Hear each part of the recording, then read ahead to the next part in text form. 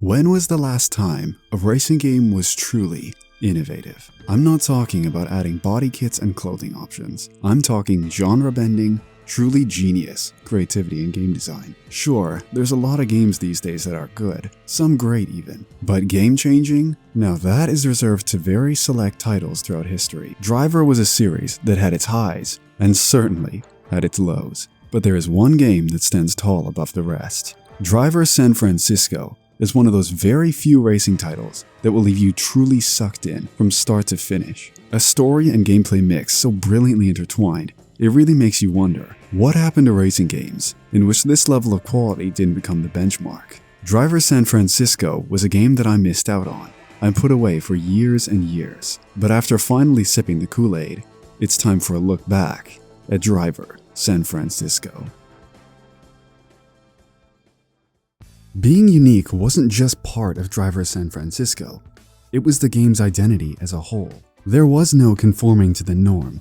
It was all about taking a concept and a vision and executing it stupendously well. A well-written narrative with strong characters, writing, and an excellent payoff. A gameplay mechanic so finely intertwined with the narrative, you couldn't separate them. And new approaches to how vehicles and driving were handled in racing games as a whole. There's no better place to start with Driver San Franciso's genius than with the shift ability. Don't worry, I'll be going over the plot and story in heavier detail later on, but there is a section early on in which our main protagonist Tanner gets into a heavy accident leading him into a coma. It's in his coma where he discovers the ability to shift his own conscience into others around him. Most games would just reserve something like this as simply a narrative device to push the story along, but not here. Tanner can shift throughout will throughout Driver San Franciso. This plays out in many ways, such as simply allowing you to very easily switch cars on the go, and adding complexity to it all the way up to much more skillful and tactical playstyles, using this mechanic to your advantage in missions, taking down enemy racers or opponents. The only other game that comes to mind with such a similar and brilliant intertwining of a main gameplay feature and story beat would be Shulk's visions in Xenoblade Chronicles. With his ability to have visions in his head foreboding detrimental story events to come, but also allowing him to predict fatal moves from enemies in combat. This is how well done Shift is.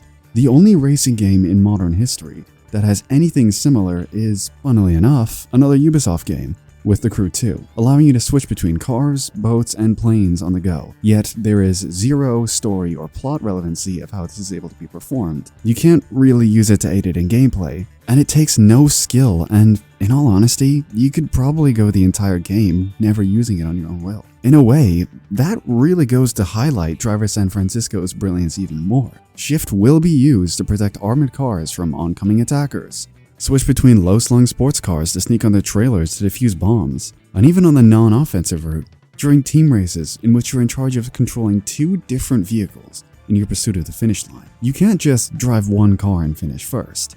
It must be a 1-2 finish. Again, showing how well structured this shift mechanic is and how integral it is to every single event. To get that 1-2 finish, you can of course swap back and forth to make overtakes and outdrive your opponents, or use shift to take them out using oncoming traffic. Each and every event has its own set of tactics you can use, and encourages replayability as well, as you can always try and take an opposite approach to your first attempt, challenging you to get out of your comfort zone. Shift is impressive on a technical level as well. Driver San Franciso is a 7th gen console title, and the ability for you to swap between cars instantly, zoom out and away to an entirely separate map section, all without a single loading screen breaking your immersion, is a testament to just how well done this system is. Shift is fantastic, and it alone would make Driver San Franciso a standout title.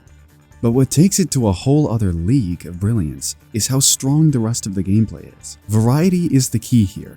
You've got drift trials, time trials, races, team events, rally races, and then the more nuanced events like stunts, where you'll be doing anything from putting out fires while swapping between fire trucks, to helping a newscaster record all sorts of dangerous driving, and driving like an utter menace to society to raise the heart rate of a driving instructor. These are mostly relegated to side missions, but due to the fact that you need to do a certain amount to progress throughout the story, unlock new cars, and they're just so damn fun to play, you're gonna be begging for more. There's one final thing I wanted to mention regarding events: the movie challenges.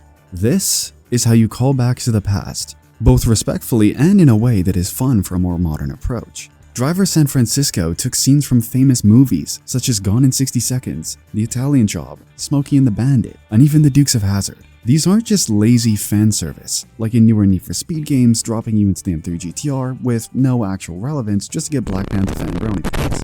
Using the iconic chase scene from Bullet as an example here.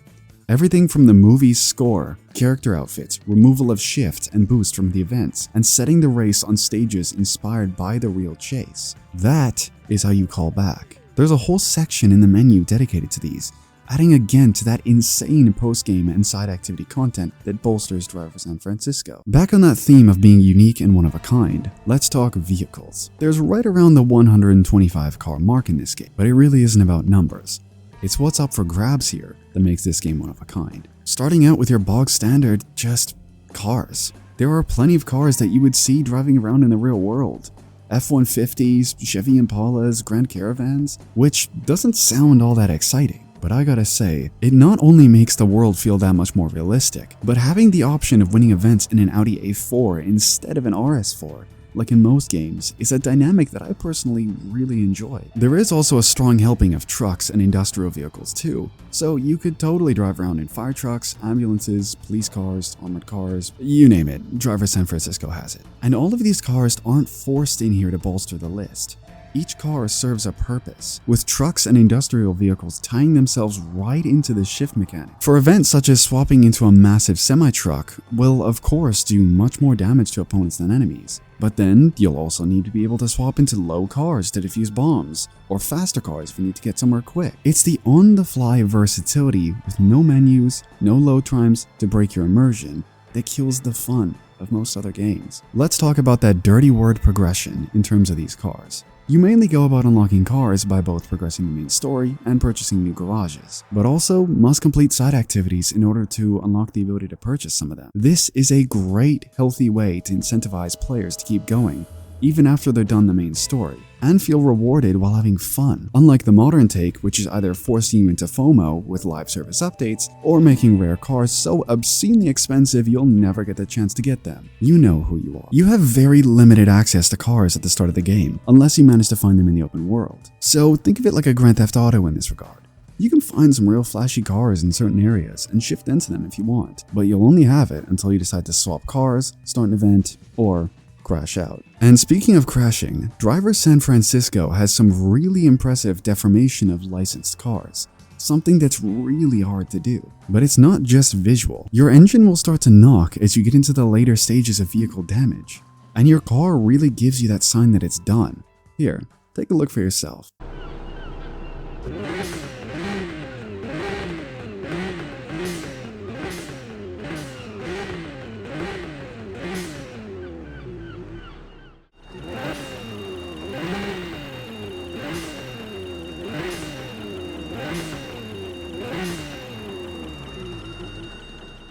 Finishing up on these cars, I have to go over how they actually play. First person mode has 900 degrees of steering wheel rotation. When you pull the handbrake, Tanner actually reaches down to pull it. And when you activate boost or ram, you feel that sense of motion and force through the camera movement. This all adds together to give driving itself personality, which helps the already characterful physics themselves. I would say Driver San Fran's physics is a good sweet spot between realistic and arcade physics, with a slight lean towards that arcadey style with the fun floatiness that cars have. Differences between drive types are really prominent. Drifting itself is a ton of fun, whether it's through lift-off oversteer or just punting it around corners. It's not challenging, but a ton of fun.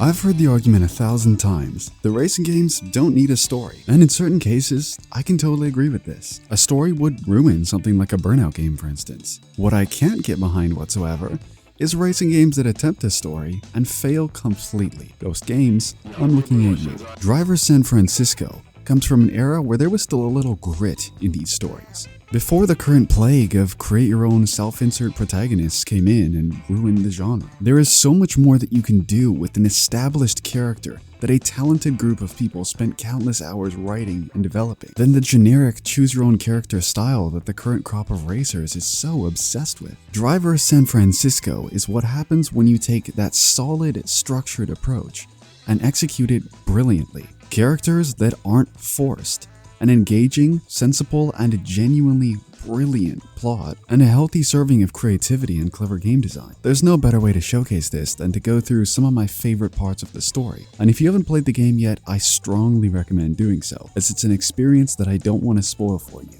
And now with that out of the way, let's go over why I loved Driver San Francisco's story. Driver San Fran's introduction is the definition of setting up a game right. You get a good look at your main antagonist right away when Jericho plots a prison escape alongside his crew. Mid-escape, our protagonist Tanner and one of the best racing game sidekicks, Jones, want to savor the moment of seeing their slated enemy be locked behind bars. The chaos unfolds as the police escort gets blown up with an RPG and Jericho hijacks the armored truck that he was being transported in. Tanner and Jones get right in on this and attempt to chase Jericho, but this doesn't go to plan as Jericho outmaneuvers them and causes a massive accident with a semi-truck slamming right into Tanner's Challenger. And now it's time for the real brilliance. Tanner is knocked out unconscious and seemingly managed to get that ability I mentioned earlier in the video, to transcend his own conscience and hijack the minds of others. It's at this point pretty obvious to us players that he's in a coma, but Tanner himself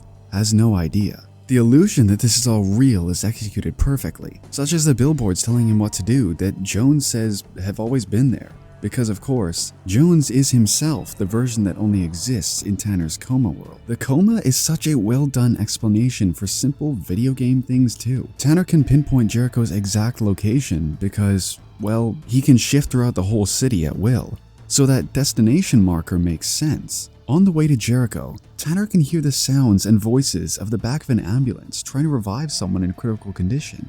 Boy, wonder who that could be. On arrival to Jericho's location, Tanner gets another headache as a defibrillator charge goes off, and he shifts into the exact ambulance transporting him to the hospital. Tanner is of course still losing his mind as he has no explanation as to why he can even shift, as a billboard across the hospital says, "Do it again." Tanner tests out his new ability by rapidly shifting into multiple cars at will. This is where the game teaches you about city missions. City missions are basically mandatory side missions that you need to do to unlock more major story events. And these were the really fun races and events that I was mentioning earlier. Of course, your first one is ravaging the streets of San Francisco in a Ford GT. A great way to tease future vehicles by planting that seed in your head. From here on out, the structure is set. It's up to Tanner to tie together what Jericho's plan is and put a stop to it. Let's take a slight break from the story to go over just how well the city of San Francisco complements the game as a whole. San Francisco isn't just a map that you happen to be dropped into. It's a main character here. The whole city is packed with character and ambience. Drive through the bustling city and you will notice the sheer density of both traffic and pedestrians on the street. This is a living, breathing world. Pedestrians will get into cop chases. When you shift into a car with multiple people, you get a small slice of their conversations right before Tanner takes full control. San Francisco itself was recreated quite well, though of course modifications were made to make it more suited for a video game. The map ties so well into shift and the game's progression as well. You don't have the whole thing unlocked from the start. As you complete the story and go through Tanner's development, you'll be able to unlock more of the city and the ability to zoom to further sections as well. A brilliant touch regarding shift in the map is that once you fully unlock the ability to zoom out to the farther edges of the map, you're getting closer to Tanner's realization of the truth that the whole game takes place in his head in the hospital. With his heart rate monitor at the bottom and the sound of background hospital equipment and chatter as you hit that furthest zoom. The game has other great examples of this as well, as when you tie plans and characters together, it's on an X-ray board. A fantastic way to tease that twist later on.